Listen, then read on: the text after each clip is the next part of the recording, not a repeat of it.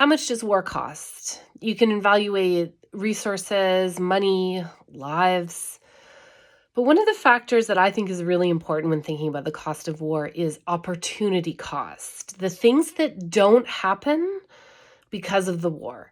And you can think of this in terms of the resources, like the infrastructure that doesn't get built or the investments that don't get made in your country because of the money being put towards the war effort. But then some people will argue that that's development in and of itself. Those resources are just being spent a different way. Where I think opportunity cost is really interesting when you're considering war is in terms of the lives, right? The scientific progress that doesn't get made, the inventions and innovations that don't happen, the art that doesn't get created, because the people who would have done those things are casualties of war, either as combatants or civilians. And so I think that you can never really know opportunity costs in many, many situations, but it's more like a thought experiment. It's a factor. What are we not doing because we're going down this road? Now, sometimes you have to defend, sometimes you're responding to events. But if you're the instigator, especially then, it's well worth considering.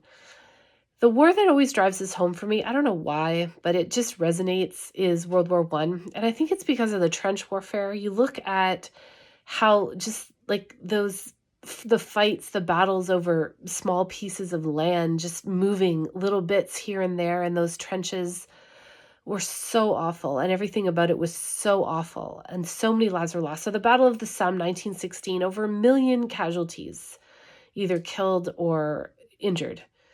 And it was like 10K, and historians still debate about how valuable it was. It wasn't like a decisive victory.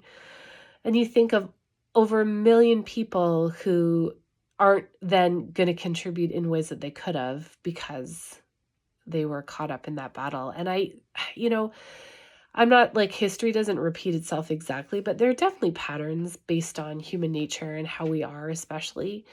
And I'm seeing some parallels between, when you think of World War One and years of fighting to gain like 10K, if you were lucky, and looking at what's happening right now in Ukraine with Russia. I mean, years of fighting. Russia for what? What do they got? What are they getting? Nothing.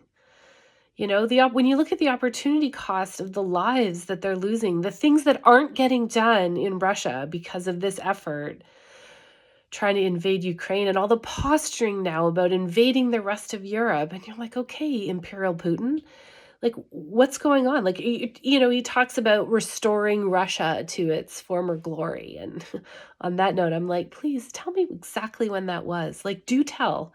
What's the year, Putin, when Russia was exceptionally glorious?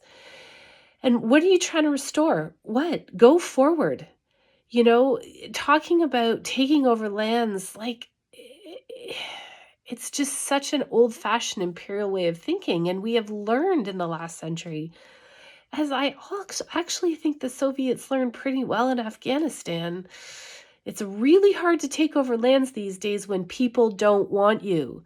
And they don't want Russia. So it's just going to be a fight, this huge loss of life, sabotage. And you think of all the things that aren't going to happen in these countries, in these areas, because Russia's acting like this. And here you are, Putin. He's the leader of like the largest country in the world by geography. It's all this opportunity. And what does he go? What does he do? He's just trying to get a little bit of land here and there because of some old imperialistic delusions, quite frankly. So instead of saying, oh, I'm going to take this opportunity as leader to make Russia the envy of the world, to create this amazing, vibrant economy or scientific advancement or cultural development, now, Putin, let's just forget all that. Let's just go back for some land because of, I don't know, some history book he read once. Like, when I read about him and how he's talking now, there are so many similarities to Kaiser Wilhelm. Like, I really think they would have been great BFFs, right? Kaiser Wilhelm was a special case. He was the head of Germany going into World War I. And, he got a newspaper for one edition, printed every single day just for him, printed in gold, with all the news that he wanted to read. because that's a really great way of making international decisions. Just read the news you want to read. There's just, it's anyway, there's not much else to say about it. To me, it's so when you can never prove opportunity costs. Well, very rarely, I get that. But anybody now looking at the situation with Russia and all that could have happened with all the resources that they have wasted and the lives they have sacrificed, and it looks like continue to want to waste and sacrifice. I just think, man, he could have done a lot more with that. Anyways, I'm sure there are questions or comments. I'm also sure the bots are going to come out in full force, but whatever. Let me know. Otherwise, hope everyone's doing great.